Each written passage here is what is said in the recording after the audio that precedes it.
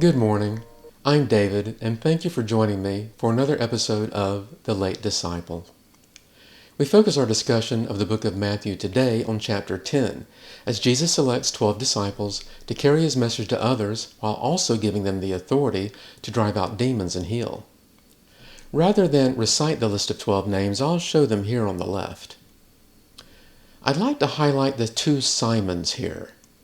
Note that one disciple is referred to as Simon, who was also called Peter, and the other as Simon the Zealot.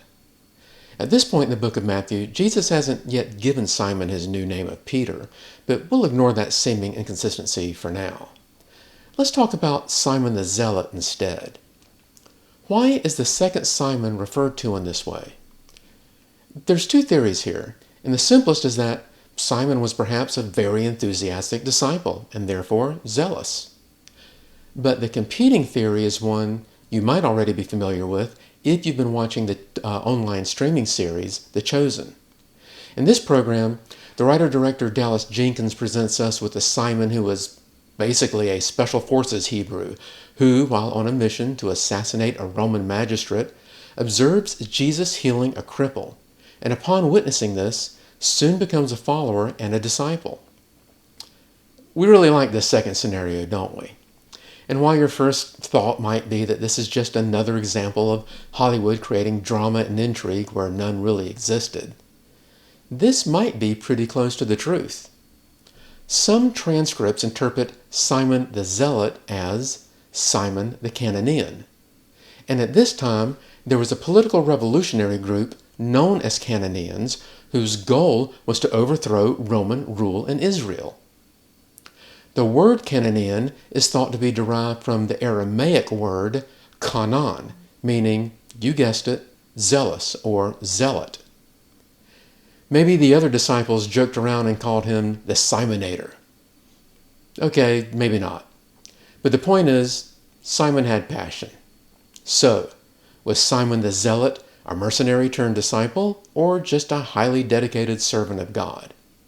In either case, he was clearly an important follower because Jesus identified him as one of his first 12 disciples that went on this mission. So, after identifying the disciples, Jesus gives them very specific guidance. The disciples' basic instructions are pretty simple. Go among the Israelites and preach the message that the kingdom of heaven is near. Heal the sick, heal the leprous, cast out demons of the possessed. Jesus does specify not to go among the Gentiles or the Samaritans, and while he doesn't specifically forbid the healing or preaching to these groups in case the disciples encounter them along the way, he very clearly wants to prioritize the Jewish population in this first mission of his disciples. Segue. Until I researched this chapter, I had no idea what a Samaritan was, beyond the common-day definition of a helpful person. As it turns out, the inhabitants of Samaria were utterly disdained by the Jews as half-breeds because of their intermarriage between Israelites and Gentiles.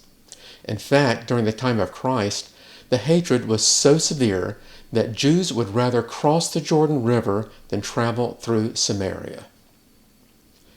Jesus also imposed several restrictions upon the disciples. They weren't allowed to take money or extra clothing with them. The disciples were to rely solely on the kindness and generosity of those they were preaching to.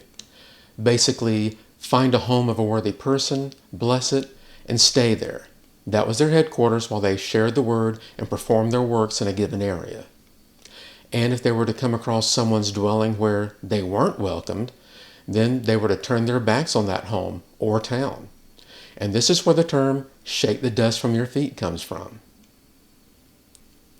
Jesus warns the disciples he's sending them into great danger. Because they are representing him, they're going to be mistreated by those in power.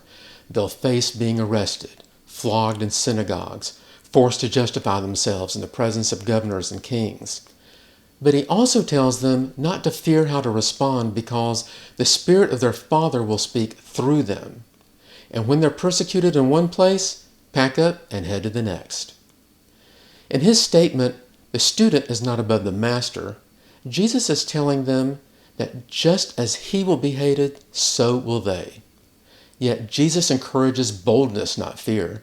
He tells them, proclaim the truth openly, trusting that everything hidden will be eventually revealed, and that God's care for them is greater than any threat from man, even down to knowing the number of hairs on their head. Jesus calls for undivided allegiance. Loyalty to him may cause division, even within families, but the cost of discipleship is worth it.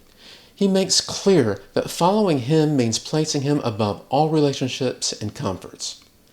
Those who cling to their lives will lose it, but those willing to lose their life for his sake will find it. Finally, Jesus assures them that those who receive and support his disciples share in the reward. Even small gestures done in kindness, like giving a cup of water, are seen and remembered by God. This passage underscores the seriousness of the mission, the cost of discipleship, and the eternal value of faithfulness and support for those spreading the gospel. Well, that was quite a lot from a single chapter, but I found it quite revealing that Jesus had such a detailed and insightful strategy prepared for the disciples as he sent them into the world on this first mission. In the next video, we'll learn that John the Baptist, despite being in prison, is nonetheless keeping tabs on Jesus. I hope you'll join me for that conversation. If you enjoyed this video, please press the like button, and if you didn't, again, press the other button. Comments are encouraged, and please consider subscribing. And as always, remember, we are all disciples. It is never too late.